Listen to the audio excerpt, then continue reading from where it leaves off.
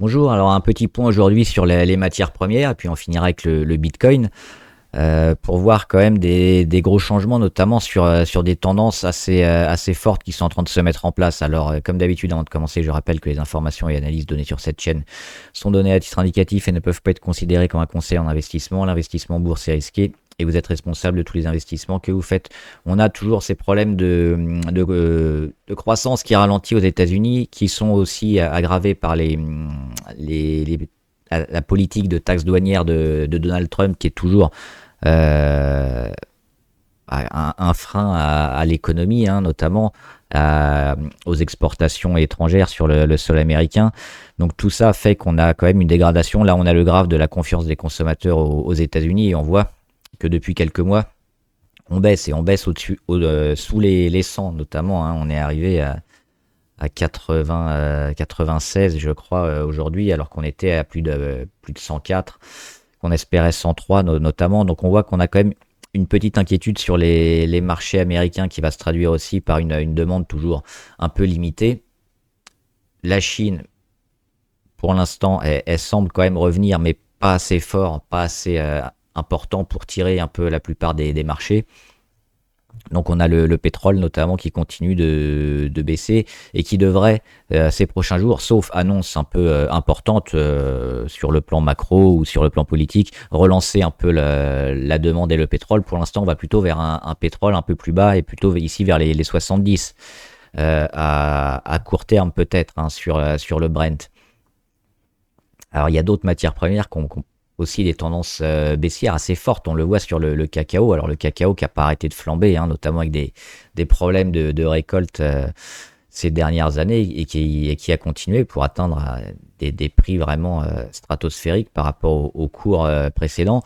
Et là, on a une conso intéressante qui pourrait peut-être s'acheter parce qu'on va revenir.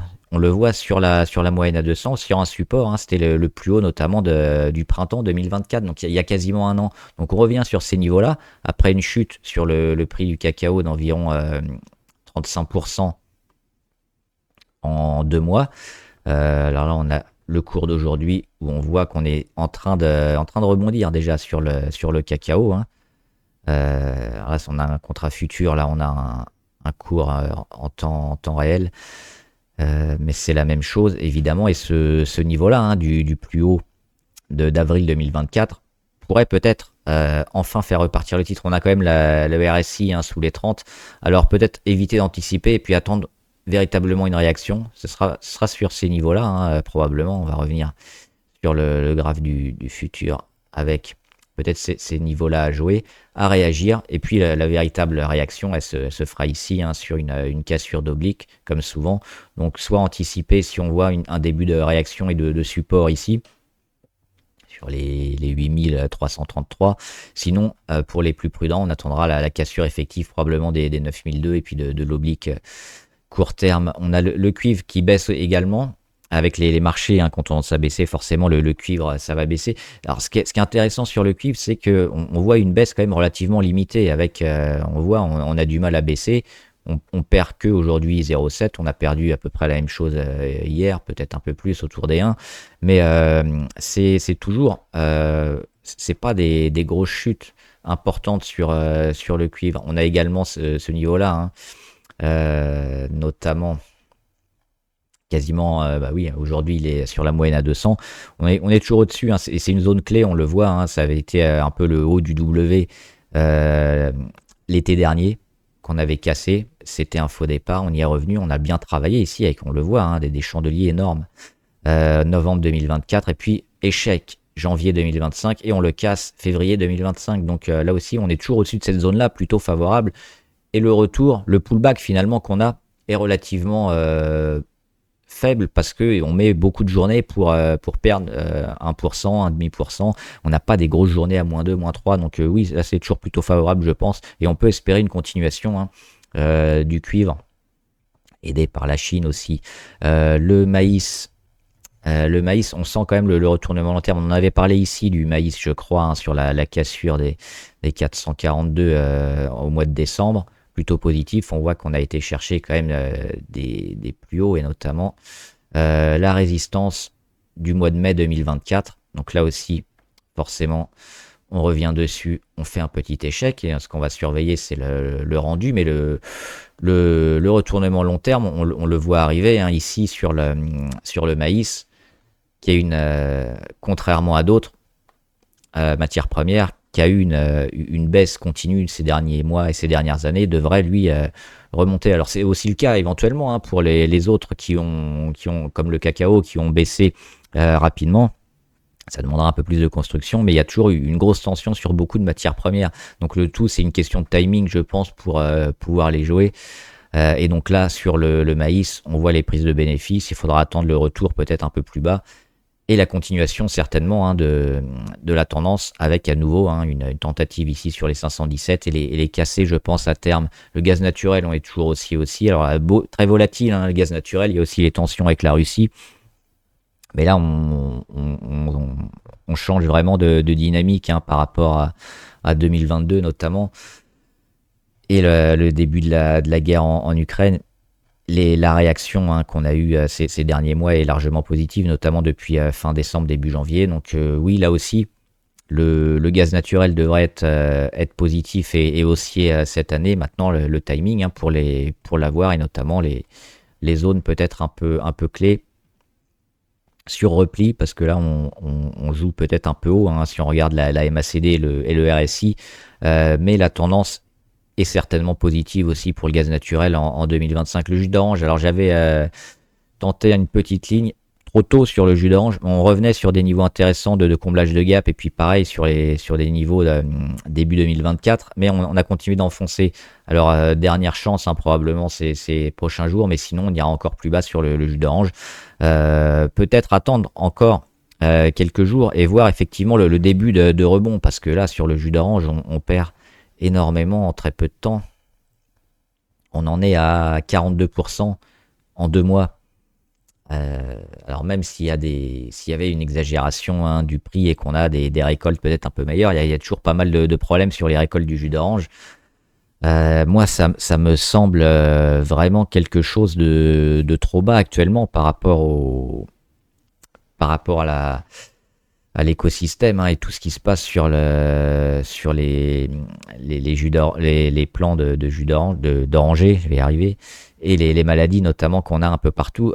Donc plutôt à jouer le rebond aussi sur le jus d'orange comme on a connu, mais il faudra attendre un début de baisse de volatilité, un petit rebond. On est toujours aussi sous les 30, hein, niveau RSI, donc on attendra de recasser les 30. J'avais espéré qu'il se fasse ici, hein, ce rebond sur les 335, mais on va peut-être l'avoir bientôt. Mais il faudra, je pense, rejouer à la hausse le jus d'orange, le palladium, qui a baissé assez fortement. Alors, secteur auto ici est toujours un peu moyen.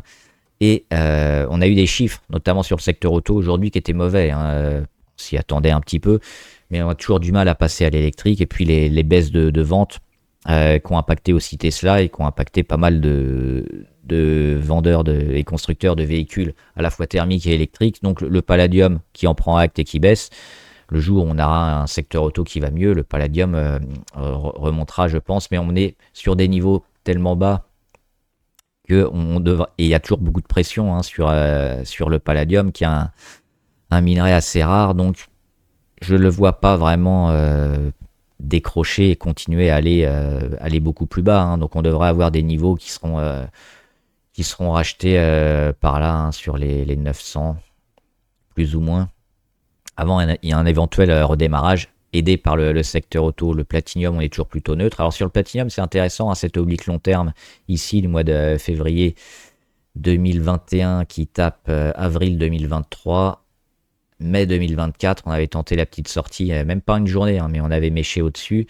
Octobre 2024, et ça revient de plus en plus vite, hein, février 2025. Donc on voit, ça tape. Les supports, ils sont tenus, notamment les 900 ici sur le contrat futur, hein, du platinium. Donc plutôt intéressant. Alors celle-là, on peut peut-être l'oublier. Ouais. Cette oblique, elle a été un petit peu cassée. Éventuellement, on peut l'oublier. Mais ce qu'on verra sur le platinium, bah, c'est tout le travail qui est en train d'être fait, hein, ici, et qui devrait déboucher normalement par une cassure Il y a une véritable cassure au-dessus de cette ligne-là, hein, qui est actuellement sur les 1047, mais qui va baisser 1030, 1020, etc. Donc si on a une belle cassure comme ça sur le platine, ça devrait repartir. Donc plutôt positif aussi, mais là ça demande aussi un peu de construction sur le soja. On est toujours plutôt baissier, hein, sur le soja. Plutôt regarder cette oblique-là un peu plus long terme. On a eu des échecs ici sur moyenne à 200. Alors peut-être un début de congestion à venir. Mais là aussi, plutôt à observer. On va éviter de prendre des positions sur cette matière première, l'or, RAS sur l'or. Alors grosse vente aujourd'hui. Mais on voit qu'on est toujours sur des niveaux plus hauts et finalement, il n'y a pas de gros mouvements. Alors ça pourrait venir parce qu'on le voit au niveau de la MACD aussi. On commence la consolidation. Alors quelle consolidation on va avoir? Peut-être les 2008, hein. 2790, on n'y est jamais revenu. Le cours de l'or, a priori, est toujours haussier. Alors on verra avec la Chine qui était un grand acheteur d'or dernièrement. S'il dévalue sa monnaie, il aura peut-être moins d'achats en or. Et il va peut-être aussi s'en délester d'une partie, ça pourrait aider, mais bon, la Chine, c'est pas le seul acheteur de l'or dans le monde. Il y en a beaucoup, hein, que ce soit les pays, les États et l'industrie. Donc, ça peut être finalement qu'un impact limité sur le cours de l'or. À court terme, toujours des prises de bénéfices intéressantes, hein, quand on voit qu'on bute comme ça sur les plus hauts. Voir la force du pullback, si on revient effectivement sur les 2790, il y aura certainement un rebond peut-être à jouer. L'argent, il n'a pas réussi, c'est dommage, hein, on avait cassé les 32,5 assez récemment, c'était le 18 février, hein, 18, 19, 20, on était au-dessus, et on relâche sur l'argent avec ces problèmes de croissance, notamment aux États-Unis. Le graphe reste quand même bien orienté sur l'argent et puis on en a besoin aussi dans l'industrie. Je pense qu'il y aura une réaction. On regardera notamment la force du rendu. Et ce qui nous inquiéterait, c'est de passer notamment sous les 30.4 ou sous les 29.7.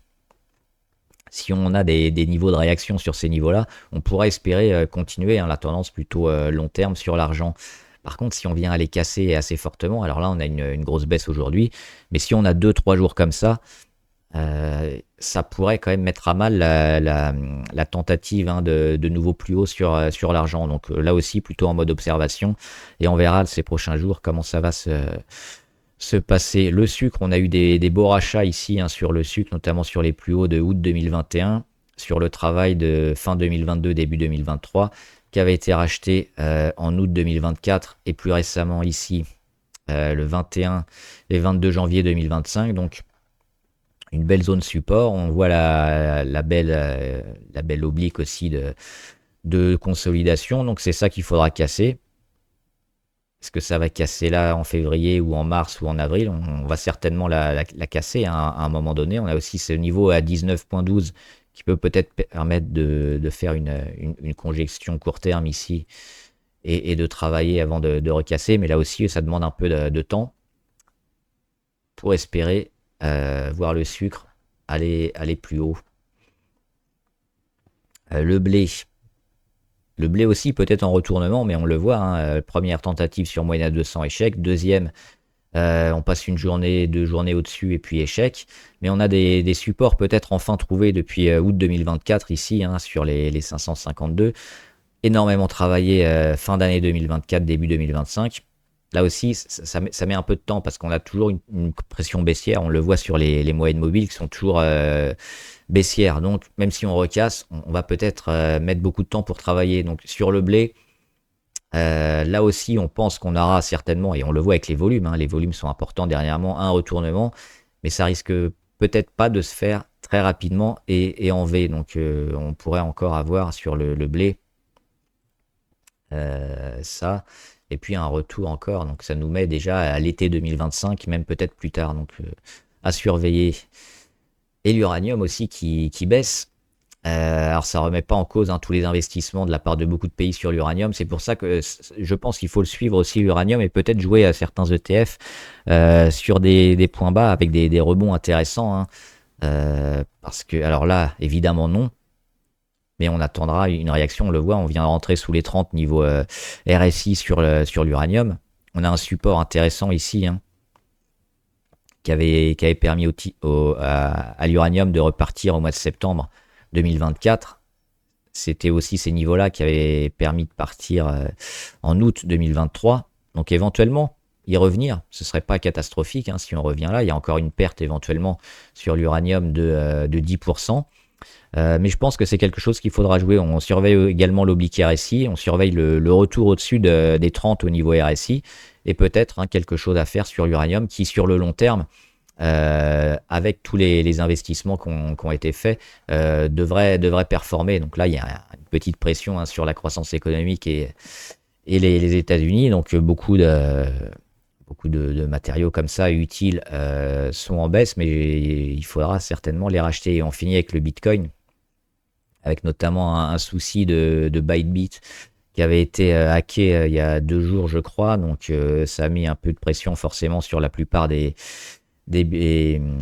cryptos, et notamment le Bitcoin, hein, qui a emporté avec lui beaucoup de valeur.